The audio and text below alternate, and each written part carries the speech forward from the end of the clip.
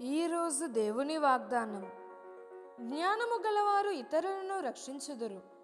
సామెతలు 11వ అధ్యాయం 30వ వచనం.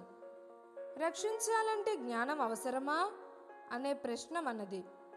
ఎవరైనా అపాయంలో చిక్కుకుంటే తెలివిలేని వారు, పిచ్చివారు వారిని చూసి నవ్వుతారు.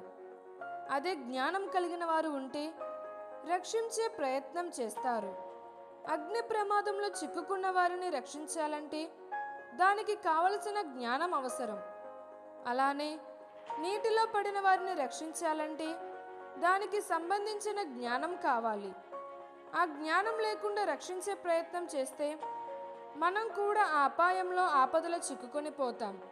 అలానే పాపమని అపాయంలో పడి ఉన్న లోకంలోని వారిని రక్షించాలంటే ముందుగా మనం పాపం లేని వారమే రక్షింపబడి ఆ రక్షణ గురించి జ్ఞానం గలవారమై ఉండాలి. కాబట్టి రక్షణ జ్ఞానం పొందుకుని ఇతరులను రక్షిద్దామా?